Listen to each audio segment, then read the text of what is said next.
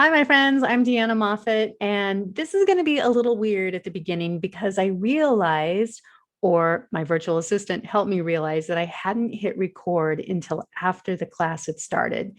So I'm going to talk to you a little bit up through where the class is right now without any other attendance. And there's no time for people to respond. And then I'm going to cut it to the class where I left it. And that was they had just come back from a break from talking about what their beliefs were. So let me just get this started. I'm going to share the screen of the slides so you can see that. There we go. So this class started at 5 p.m. on June 23rd, and it's the idea of mastering your money mindset. I'm Deanna, and I'm guessing if you are in this class or you're seeing this video, you signed up in part because you wanted to master your mindset, or you know me and you just want to learn a little bit more about this topic. I'm thrilled to do these things. I do Moffitt Talks every month at the last week of the month. Now it's June 23rd. It's not the last week of the month. It's because I'm going to be on vacation next week. So I made it the 23rd. I did it because I love teaching. I'm a coach, but I also love teaching, and I love teaching about topics that I'm interested in. And many of my clients were having trouble with their money mindset. And so I wanted to dig into this topic and find out a little bit more. And along the way, you'll hear me share my own stories around money mindset, the struggles that I face with my family, what my stories have been, and where they are now. So that's me. I'm Deanna. I showed this quote here. You can only become truly accomplished at something you love. You don't want to make money your goal. Instead, pursue the things you love doing, and then do them so well that people can't take their eyes off of you. I love this quote. And to be honest with you, I'm still working through that. There was a time in my life when I loved what I was doing, love, love, love. And it was partly because all I was doing was playing. I was doing improv in Chicago, making very little money, and I could have cared less because what I was doing, I just was having a blast doing it. Now, my beliefs changed. I changed and I moved out to Los Angeles, and I wanted more control. And honestly, I wanted more money in my life. So I changed things up. And I miss the amount of fun that I was having doing that. So I'm still on the search for what it is that I truly love. I do love coaching. I do love teaching. I also think there's something else that I'm missing that feels a little more playful. Still working on that, seeing where that's going to be. So I asked the group, what is a money mindset? Give you a moment to think about that. What is a money mindset? And the definition we're going to work with tonight or in this class is your money mindset is your unique set of beliefs and attitude about money, and it drives the decisions that you make about saving, spending, and handling money. Now, I said this throughout the course. I'm going to say it right now, is there's no shame in this. When you come into this, that we can have a lot of shame around money, that we think we don't have enough, we're not worthy of getting more, that we're stuck in this situation. And what I want to tell you is oftentimes those stories are just handed down to us, or it's because of our mindset that we feel stuck. But in reality, there's wild opportunity around us if we can open up our energy and our beliefs around how we can bring more money into us. So that's that. I sent the group off to answer the question, what is your belief around money? What is your belief around money? So I'll leave that question to you. And now this is going to be stitched together with the class as it was recorded live. Thanks so much for joining us at Moffitt Talk Live. Is there anything else that you found in having this conversation? Did you find similarities with the people you were in conversation with? Yeah, for sure. And it was comforting to hear other people having the same struggles and hopes to make changes around money. So Yeah. That was nice. Thanks, Brian. Yeah, I think one of the great fallacies in our own head is we're the only ones struggling with it.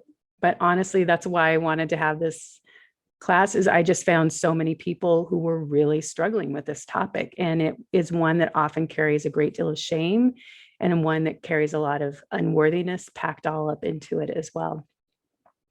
So let me come back to this. Let's see. Yes.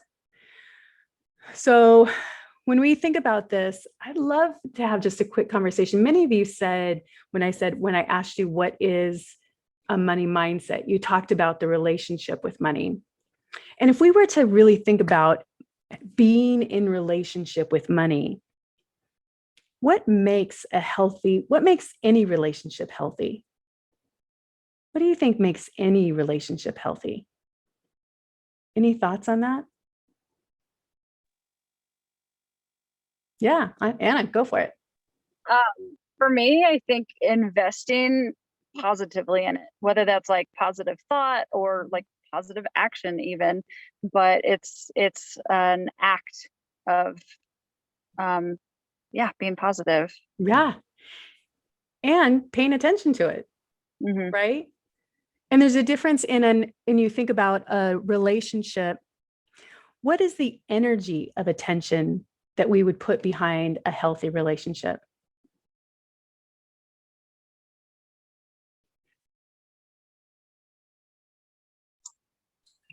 Love and care, Mm, respect. yeah. Curiosity and openness. Yeah. Right. I imagine if I was in a relationship that was constantly being worried over, or thinking that I wasn't enough, or thinking that if I was the money, thinking I was bad, that I wouldn't necessarily want to hang around with that other person. And so thinking about what kind of relationship we have with money, what do you think your relationship is with money right now?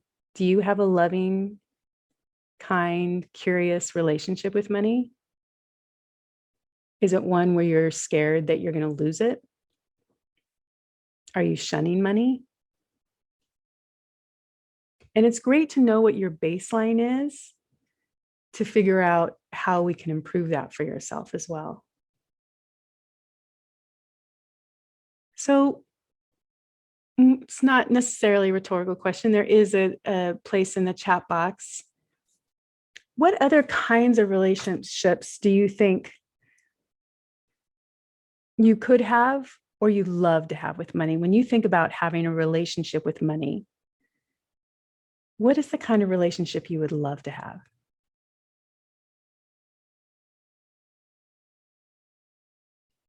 Any thoughts on that?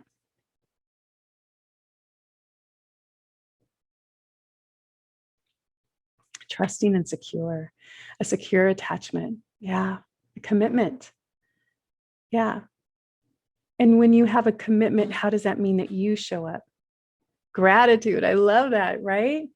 We're going to talk about all of this. It's so interesting what you all are saying is that idea of how can we, and you can think about a healthy relationship, the freedom of movement also within that, that they can come into your life and you're grateful that they're there. And then they can go off and do work or go off and do play. And you can also be sure that they're going to come back to you. That healthy relationship can also be extended to everything in your life, not just the people, but your relationship with food, your relationship with animals, your relationship with anything that your things, right? That you don't have to be so attached to it that you're scared you're losing it because you're confident it's going to be there. Now, listen, I've been in situations, mostly when I was younger, when money was not evident. I grew up in a house where it was very chaotic. And I wrote about this several times in the blog, coming home and there was no electricity, coming home and the water had been shut off. And not always because we didn't have the money. Before my parents got divorced, it was because my mom really hated money so much she just didn't want to deal with it, which is an odd place to put her in charge of the bills. But after my parents got divorced, well, all hell broke loose, to be honest with you.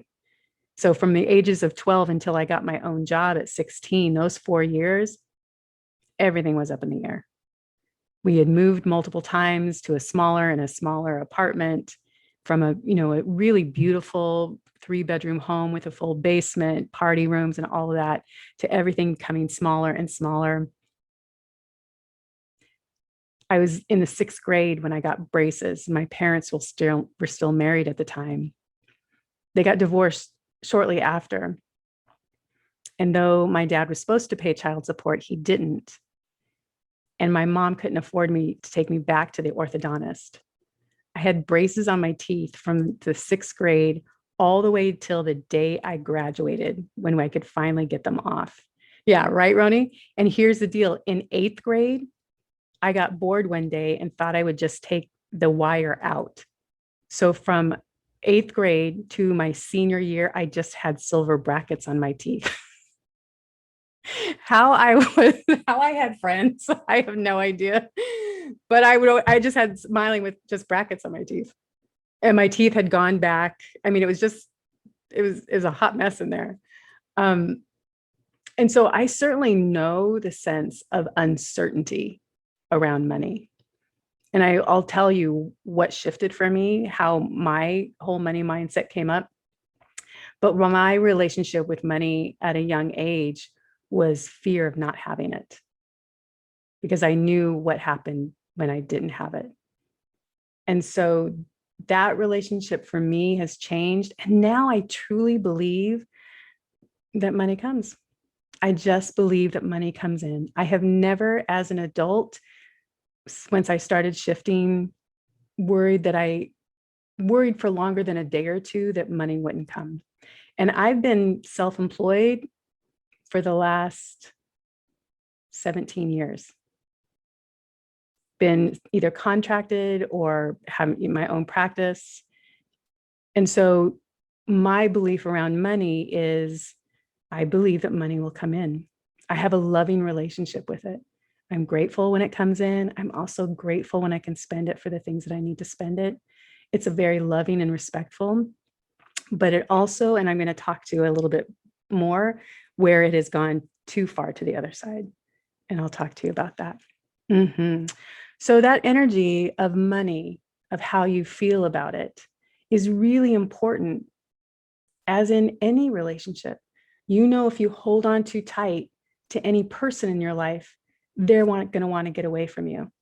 If you worry too much about someone else and you're just over them and you're watching over them, they're going to want to escape that. So thinking about the energy that you have around money, and how do you welcome it in, and how do you say thank you for coming in while it goes out, keeps that energy flow. And money is just a form of energy. In my view, it's just a form of energy. And we'll talk a little bit more about that. So let's talk about some money types. Let's see, move on my screen here. Let me ask you this on a scale, and put this in the chat box, on a scale of 1 to 10, your current relationship of money, where do you think you'd place it? 1 being, oh my gosh, Deanna, do not ask me. We are ready for divorce. It's been an abusive relationship. Money and I do not get along. We should never have gotten married in the first place.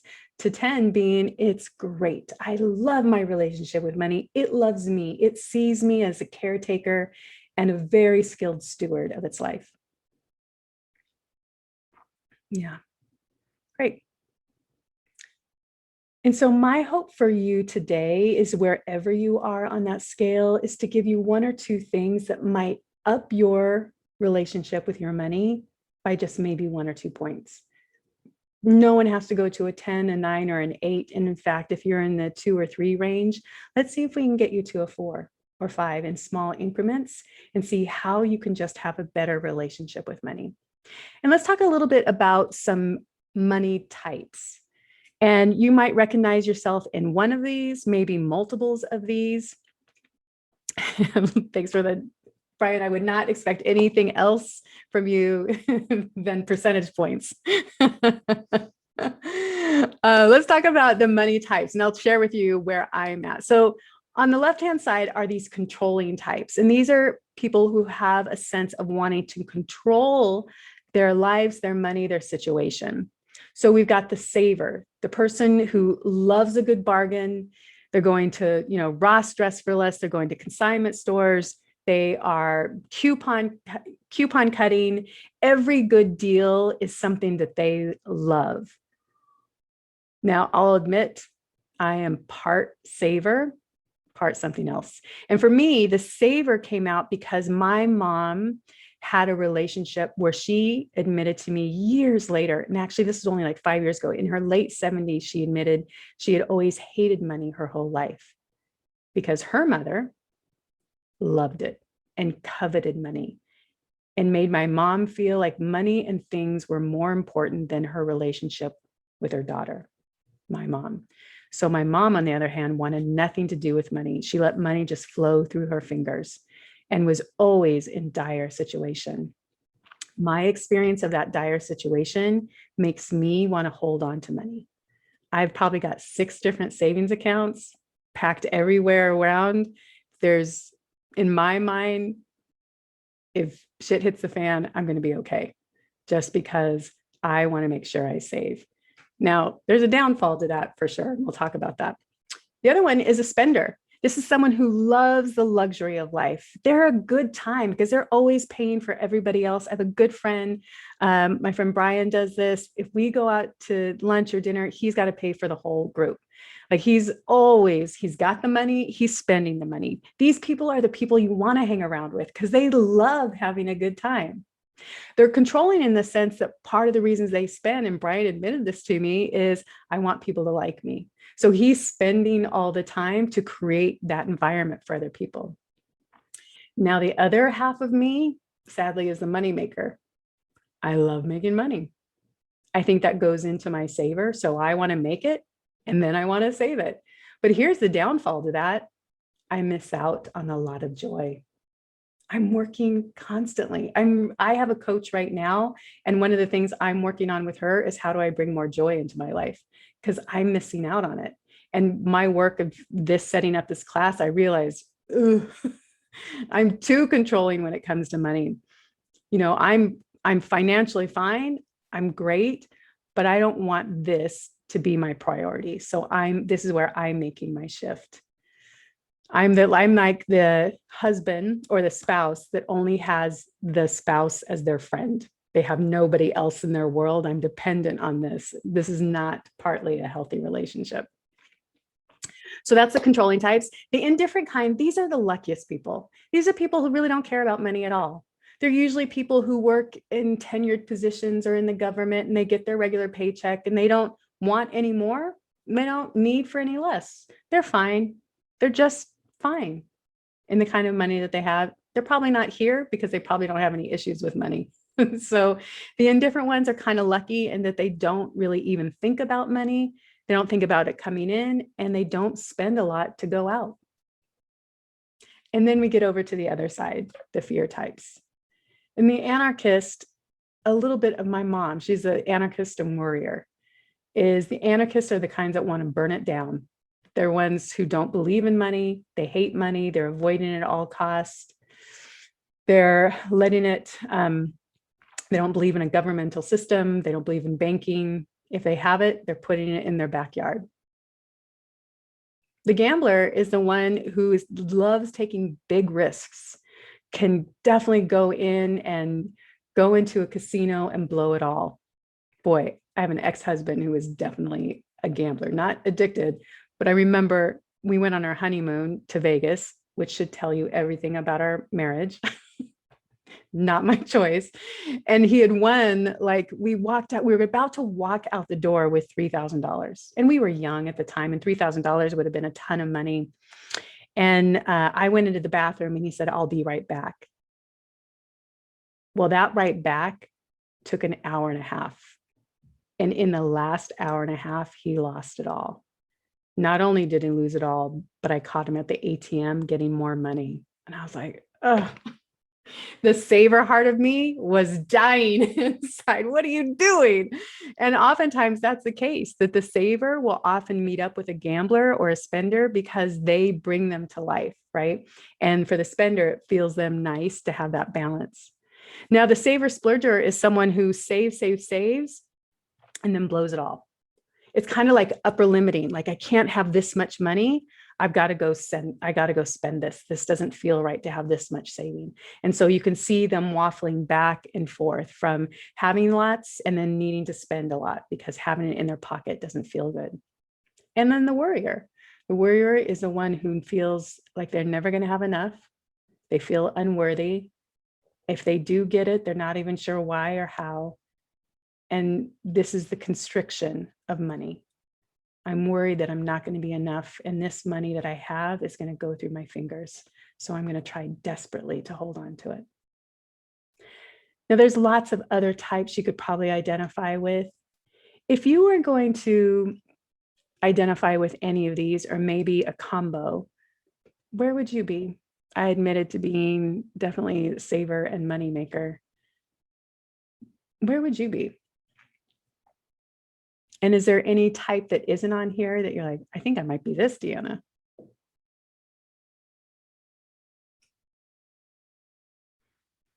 Yeah.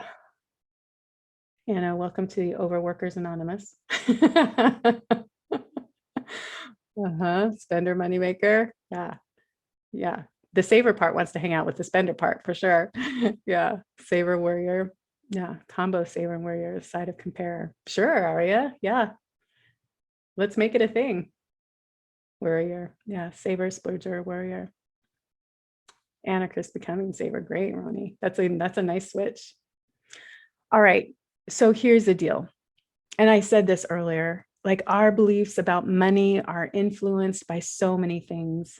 These things that can make us feel so shameful aren't even really ours. I wish we could just identify them, put them in a ball of energy, and just place it on a chair and say, these are not mine. I give these back to the person who gave these to me. This energy that you may have doesn't even belong to you because it's come down generationally. We've taken in, we've heard the stories, and we believe them to be true. So for you, I wonder, what are some of the stories that you remember hearing about money from your family and from your coworkers? And let's do this. I'm going to put you back into a breakout room, and I'm going to just put you in groups of 4 this time. And I'm going to stop the share so I can do that. And I just want you to have a few quick moments to share, what were the stories that you heard when you were growing up about money? That's all you're going to share. And I'm only going to give you about 5 minutes to do this. Your groups are going to be a little larger. Just share, what were the stories you heard about money? And not even stories, like mine weren't stories, mine were really experiences, to say that money was difficult to come by. That was a story I got. And that when you get it, it's just going to go through your fingers. So boy, did I want to put the brakes on that. So that was mine. I'm going to give you 2 breakout groups. I'm going to open up these rooms and go share your stories. What did you hear about money when you were growing up?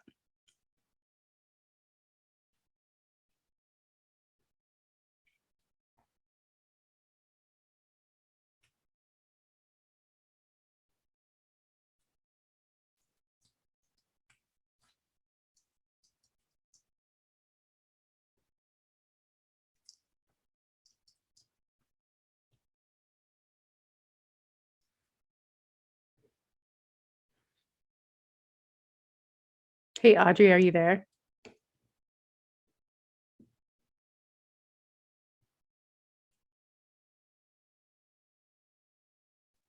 I was just curious what you heard growing up about money. Oh, sorry. Thank you.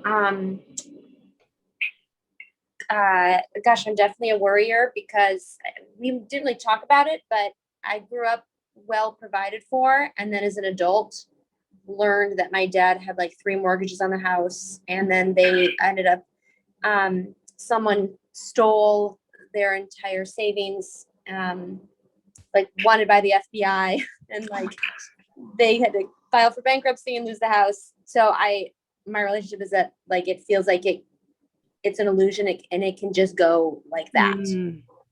Yeah, that feels, I can understand why you have that story. And Yeah. what's been your personal experience with it as an adult? I think um, I'm definitely a saver slash warrior slash moneymaker. Like I'm constantly trying to make more, and it feels like it'll never be enough because I always want that just in case, just in case. Mhm.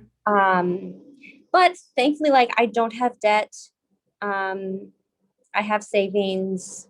So on the one hand, I feel secure, and on the one hand, I feel like I can never quite relax around it. Yeah, that really resonates with me too. I work a lot.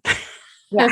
And I'm constantly like I have a budget. I'm constantly looking at my investments. I'm constantly checking my savings like nothing's changing on a grand scale. But that attention I see in my world that it feels like I'm the overbearing partner. That I'm constantly like, how are you? You doing okay? You doing fine in there? Is there anything I Yeah. can do? Sometimes even though I know I haven't made a deposit or nothing's been taken, I will just literally like, let's just look at my money for a minute. I'll just like open my accounts to look at it. Yeah. Oh, me too. I mean, I started this month basically doing research. I started doing something called You Need a Budget. Now, I've never had a budget in my entire life. And truly I've never been in a position where I felt desperate about money as an adult. And I feel very fortunate about that. I also know I work really hard to do that. But now that I have this budget, I'm constantly like checking in. What did I spend my money on? What did I do here? And it's like, I don't know if this is healthy for me. Right? I think I need to unlock a little bit and have a little Yeah. bit more playfulness and freedom in it. Yeah. Yeah. Thank you for checking in with me on that. Sorry that I'm Oh, no. like I'll not probably able do this continually as we continue with the workshop. So no worries. It's a nice. I'll let you know if I arrive in time that I can like not be if I'm not if I get done driving, but before this is over, I'll let you know so I can join breakout rooms. Yeah. Oh, I wanted to tell you. Oh, Audrey, between you and I. Oh, hold on. I'm gonna. If this fits me. Yeah. So thank you. You're welcome. All right. Let me bring everyone back.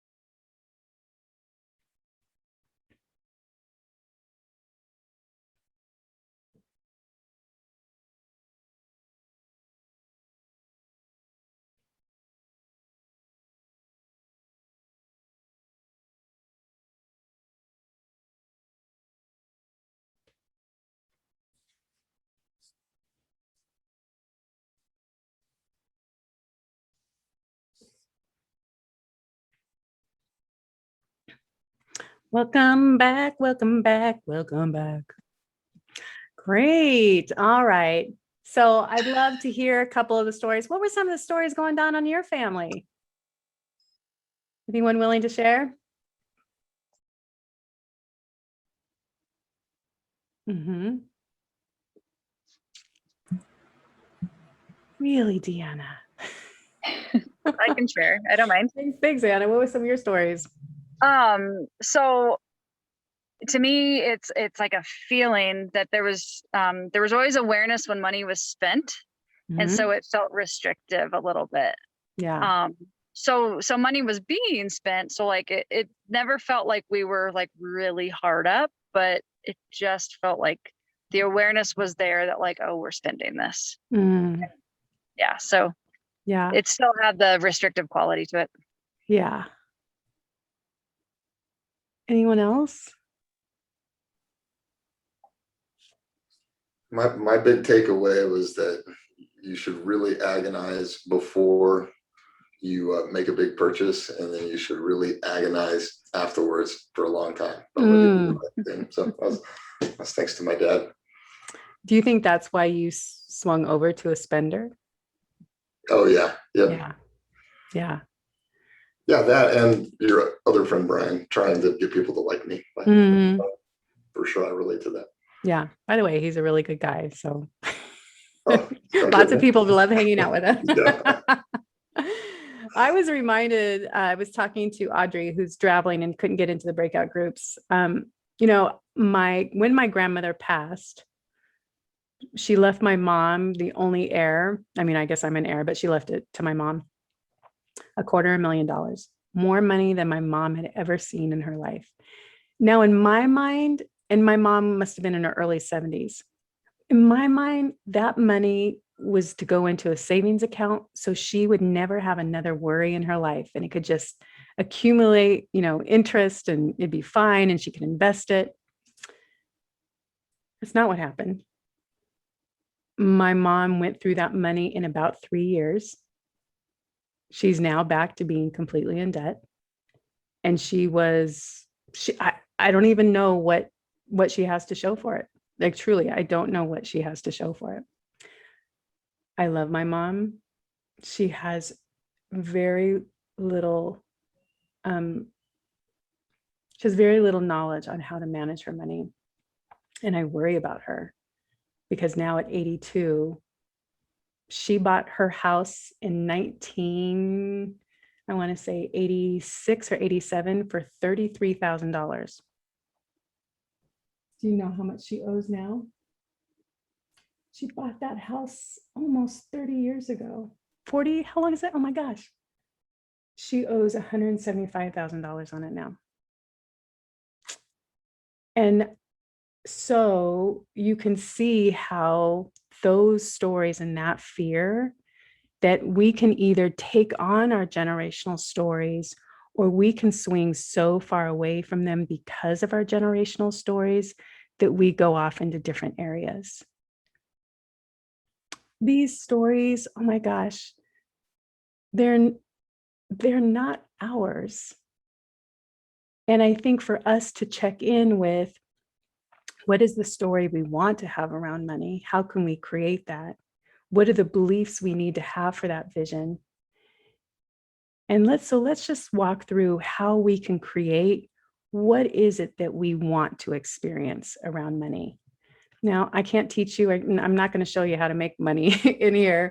I could probably have a class on that because, you know, I can do that well, but I'm not going to today. But what I want you, before you even do that, and I know if I could have helped my mom through this years ago, it could have changed everything for her, because she wanted to have any money in her pocket she wanted to burn through, because she didn't like the feeling she had around it.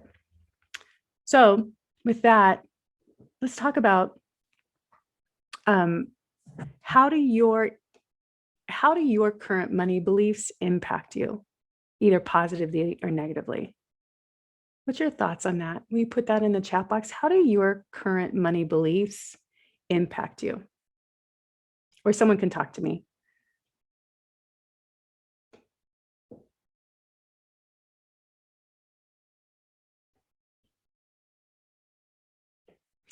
So for instance, I shared with you my current beliefs are, I mean, they flow in, but I have definitely held on to old stories that without money, you're going to get in trouble. And so I work hard and I save hard. So it's impacting me in ways that it sounds positive. There is lots of positives in that, but also I can't seem to turn off the work mode. And that's what I'm working on. Yeah, exactly, Anna. That's where I'm at. You and I have very similar thoughts on that. But maybe it could be that you don't feel, maybe you're a coach and you don't feel like you don't feel worthy enough to price yourself in a way that actually honors the work that you're doing. Or maybe you feel like it might be hard to raise your prices. Or maybe it feels scary to let go of a position that pays you regularly to go out and try something on your own or to create. How are your current money beliefs really impacting you?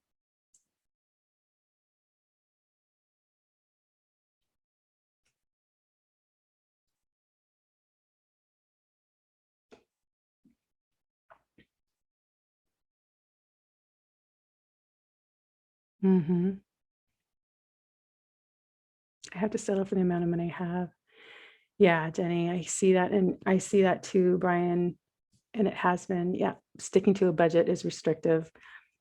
Yeah, I've had that same feeling. I never had a budget until I started prepping for this class. And then I created a budget at the beginning of, or the last part of May.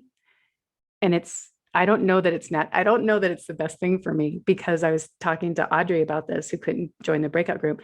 I find that I'm checking on my money like an overbearing parent. I think that might be my relationship with money right now. And I'm just checking in. Hey, how are you? How's it going in there? You doing okay? Anything you need in there? Is there anything I can get you? And they're like, back off, mom, back off. We're fine in here. Yeah, great. You can't stand looking at your financials. Yeah. And so, Alex, thinking about that, how would you like to be without money? How would you like to be able to open up your financials? Your cat feels like your cat's trying to tell you something there, Alex. Yeah, you want it automated for sure. Yeah, scared to leave the income world. Lots of pluses ones on that. I get it. All right. So this idea of we're going to spend a little time.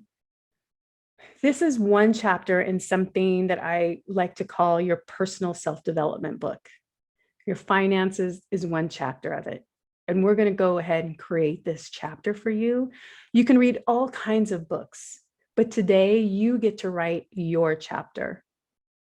How does it work for you, not anyone else?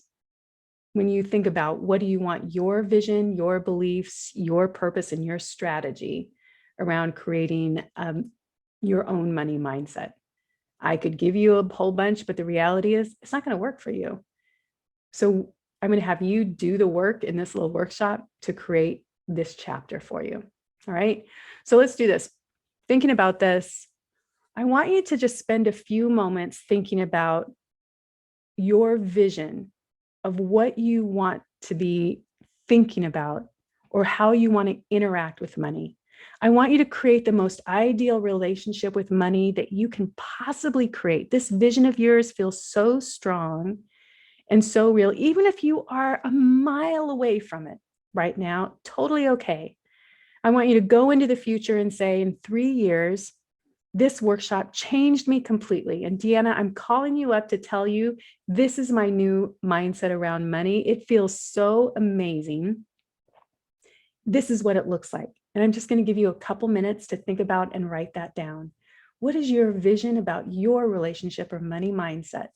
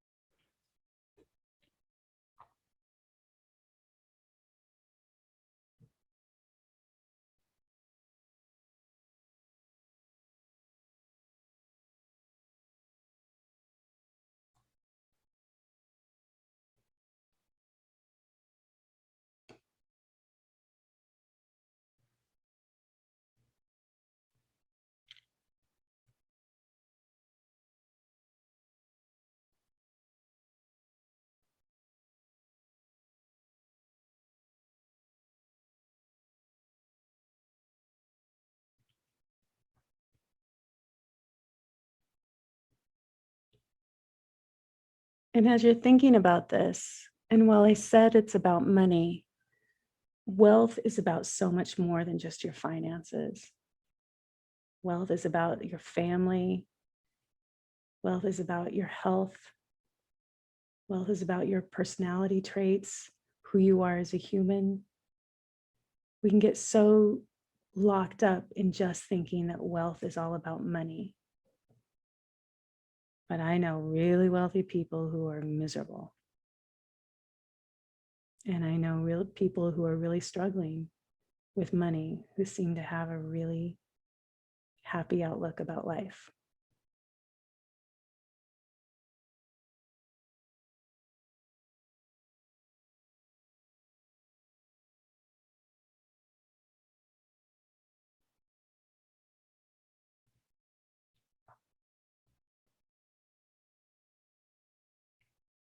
So I'm gonna give you just about 20 more seconds to think about your vision. What does that look like for you?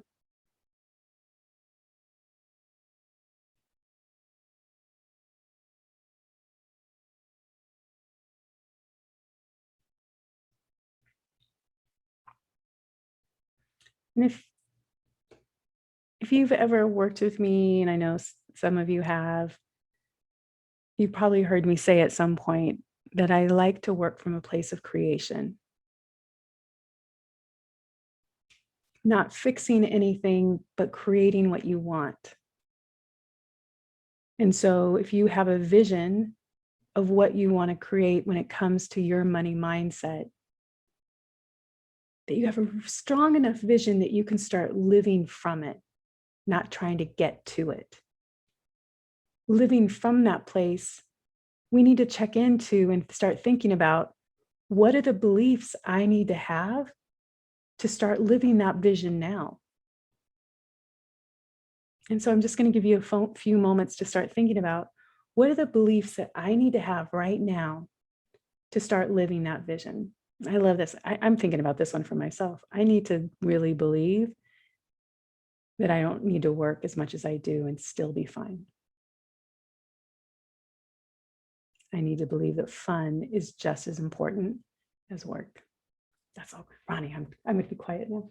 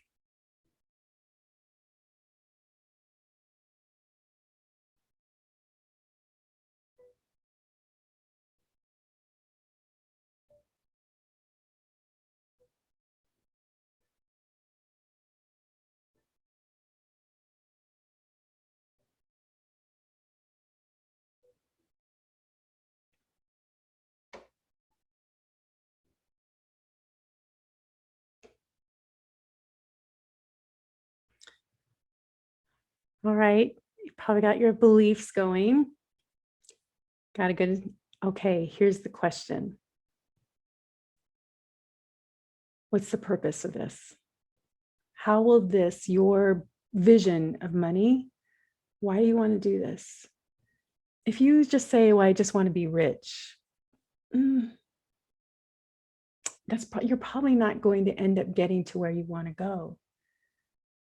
But what do you want money to do for you? And what do you want to do with the money? I found that it's really important to give your money a job. It needs to feel valued, and it loves to feel like it's bringing value to you and to your life. So what do you want money to do for you?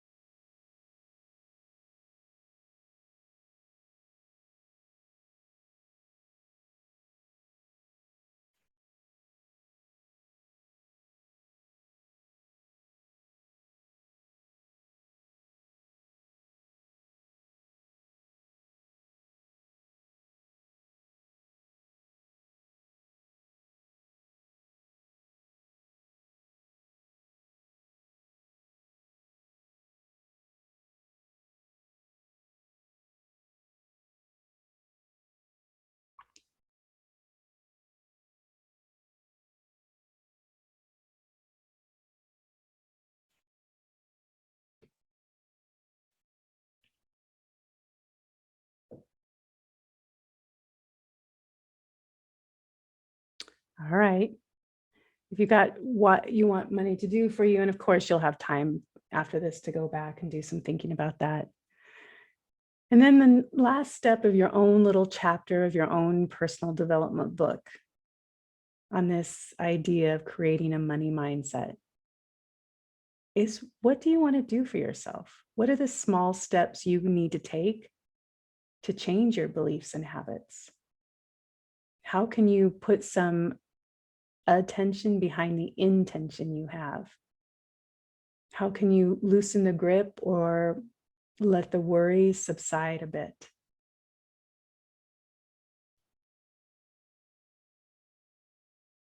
How can you experiment?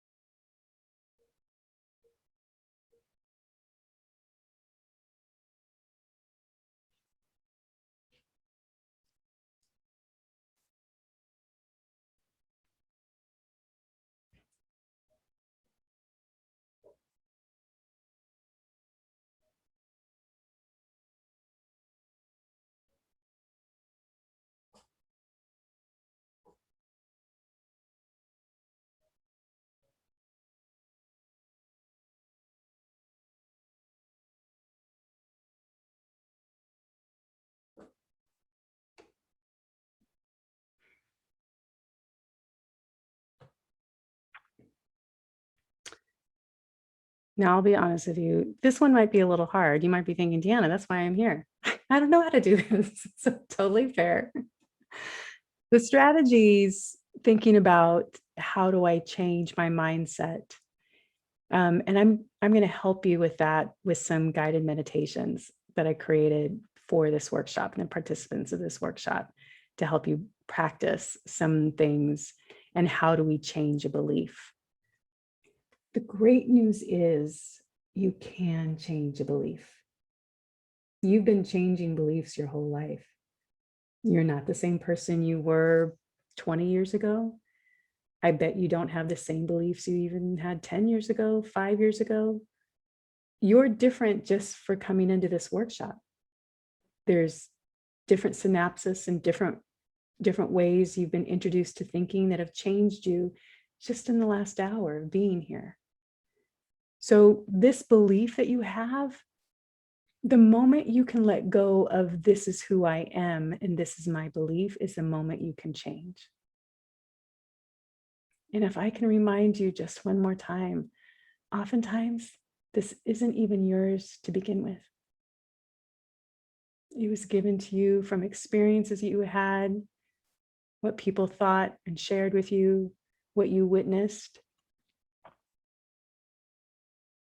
And so I want you to the idea of how can we get comfortable with the fears so that we can let go of our beliefs. The in-between time from letting go to building a brand new belief can feel like you're flying, like it feels wildly uncertain because there's nothing to latch on to. Eventually you do get there, but that let go time, whew, that's scary. So how do we get comfortable in that place as you're letting go of something? Thanks, Anna, for appreciating my comedy. How do you let go of that fear? And I just want to witness for you, I get that it's scary. I really do. And so to help build this is I want you to know that, and I said this at the top, that money is an expression of energy and value. And what I've learned over the years is when I can increase my value, what I offer people, and that doesn't have to necessarily be, I've got to do more. Sometimes it's doing less. Sometimes with my clients, it's less about me and I just make it more about them. How can I create that value for them so that they're able to get to where they want to go? It's an expression and an exchange that when you can offer something that people really want or need, They have no problem paying for it. I mean, how many of you have friends that will pay $300 to $400 for a bag, a purse? It just carries things around. But people are spending amazing amounts of money on these things that carry things around, or shoes. I bet you each and every one of you has something that you could probably call out to say, oh yeah, if I had $500, I would drop it on this. And everyone else in the room would go, really? Because it's not our value, it's the thing that you value. And that is that exchange.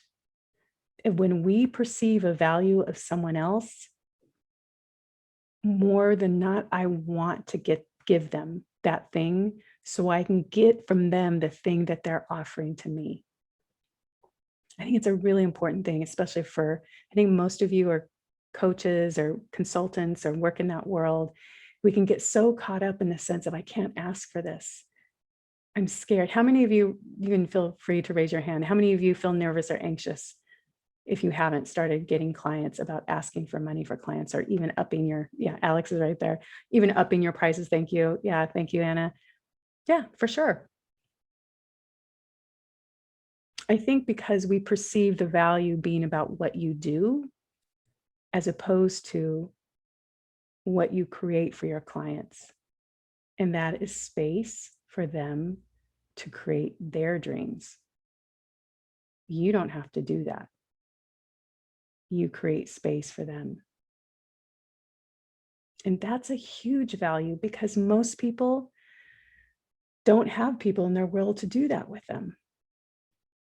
They don't have thinking partners that aren't going to turn that experience around and make it about them after 5 seconds.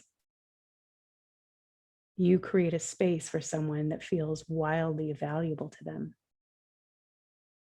And you can change their world by doing that. So one of the things that I found has been incredibly helpful for me, and this was reinforced by a gentleman named Ken Honda.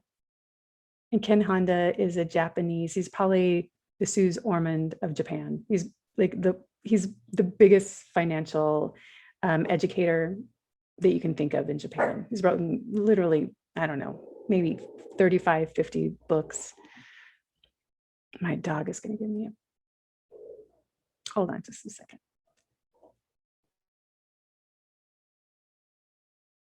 Okay. He talks about this great principle, calls it arigato in and arigato out. Basically, thank you for the money coming in. For every dollar that comes in, we're just grateful for it. Because if your money comes in and you're thinking to yourself, this isn't enough, oh my gosh, I can't believe I'm not getting enough here. I want you to imagine that that's a child coming in, and you're looking at the child thinking, you're not enough for me. I can't believe there's not more of you coming in. And again, if you can experience money as the energy that it is, how do you be grateful for what does come in your door? And the moment you can say, I'm so grateful for you, it's almost like the other little monies want to come in too and receive that gratitude. But also, if we have resentment about money going out, we're clogging that money that could turn around and come back to us in that sense. If you're mad about having to pay taxes, if you're mad about having to pay alimony, if you're mad about having to pay for medical expenses, all of that I get. But how can we reframe those resentments into a mindset of gratitude? Man, I'm telling you, every time we can bring gratefulness into our lives change. We see different opportunities, we see different options. There's more creativity that flows instead of the energy of resentment or you're not enough. The moment you tell money that you're not enough, what you're really saying is, I'm not enough. This can be a hard shift for people who really feel like they don't have enough right now. But it's the beginning of the uphill swing. So I'd love for you to think about right now, what can you be grateful for when it comes to money? And just share that in the chat box. What can you be grateful for when it comes to money?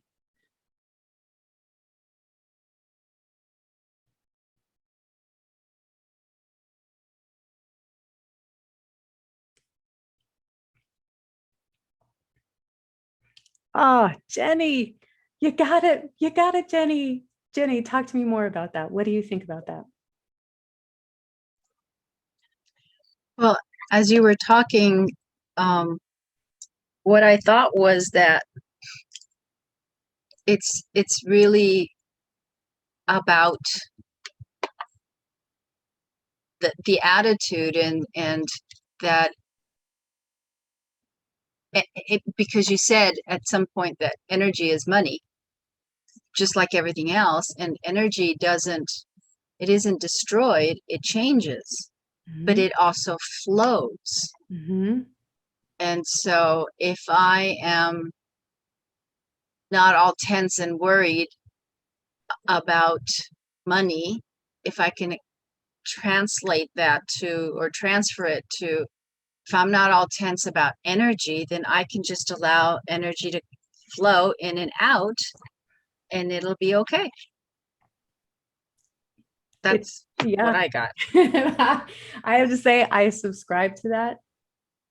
And I know that for some of us, that's going to be a wild swing, but that's what I subscribe to. That energy at the root, if you think of currency, it's current, it's a current of energy. And that very thing, just like any of our relationships, we can make it a healthy, loving, and respectful relationship. It has a tendency to want to come nearer to us and stay with us. Because I also see that, well, our thoughts are energy. Yeah. And so if our thoughts are positive and free-flowing and easygoing, then it can allow the energy to flow, the energy of money to flow more easily as well. Jenny, you're getting it. Yeah. Yeah. You have a beautiful home and money makes that happen. Great. It helped me pay for my classes. I love it, Alex. Yeah. Anyone else, if you're having trouble coming up with how you're grateful around money, I just invite you to have that, let that be your homework of how do I turn that around for myself so I can be grateful about this as opposed to resenting it, wishing it was more, thinking that it's not enough. How can I be grateful for what I have? Not to say that that's all I'm ever going to have, but starting from that place of, I'm so glad I have this right now. And I think that that's the difference between, we might all know of or know actually people who make money and who are never satisfied. Ken Honda has a story about meeting a millionaire multiple times over, and Ken asks him, do you think you're rich? And the person says, oh no, I'm not rich. If I was rich, I'd have my own jet. And Ken Honda was like, oh, okay. And so he was doing interviews with really wealthy people and he met a millionaire who had his own jet. And he asked him, so do you think you're wealthy? And the guy's, me? No, I'm not wealthy. My jet only sits 6 people. And Ken Honda's like, what? Okay. There can be a mindset around the idea of never being satisfied. And when we can find satisfaction with what we have, even if it feels like it's not enough right now, it opens the idea that we can also bring money in and continue to enjoy it for what it is. It's a tool. And I think one of the best things we can consider is, how do we want money to work for us? One of the things that I'm thinking about as I continue to build my business is I still do a lot of work in the corporate space. They pay me a ton of money to speak and do that stuff. And I like that so that I can not charge my clients an arm and a leg. I mean, I can, I know coaches who charge, $10,000 for 3 months. They charge so much, like, I don't know if I need to do that on an individual level if I can have this group of people pay me so that I can continue serving my clients in a way that feels good for both of us, right? But that's all something that you'll have to decide on your own and how that works for you. And gratitude is going to be a great place to start for you. And then, what can often happen is that we make a subtle little shift and start focusing on what we don't have and what we lack and what just basically comparing ourselves to others, what we don't have. It's kind of like those millionaires who wanted a bigger jet, never satisfied with what you have. The idea of being able to focus on what you want puts an energy into moving you forward versus focusing on what you don't have, which is an energy that keeps you back and tied to the back. You can even feel it for yourself. If you were to think about, I want to focus on what I want, where does your energy go? Into the future? Or if you focus on what I don't have, where does your energy go? I can just feel it in my body going back and forth. With that idea, creating that strong vision for the money mindset you want to have. And not only that, but that the beliefs you need to have in place, putting some intention behind that, and then attention around the purpose for you and what your money can do for you and your family and your community, how you might be able to serve others. And then 1 or 2 tiny steps to help your mindset to change your energy around it. My friends, that was our workshop. And I am happy to stay here with any questions you may have around money mindset, any experiences that I've had. Thanks, Jenny. Thank you all. But I'd love to, if there's any questions you have, let's do that.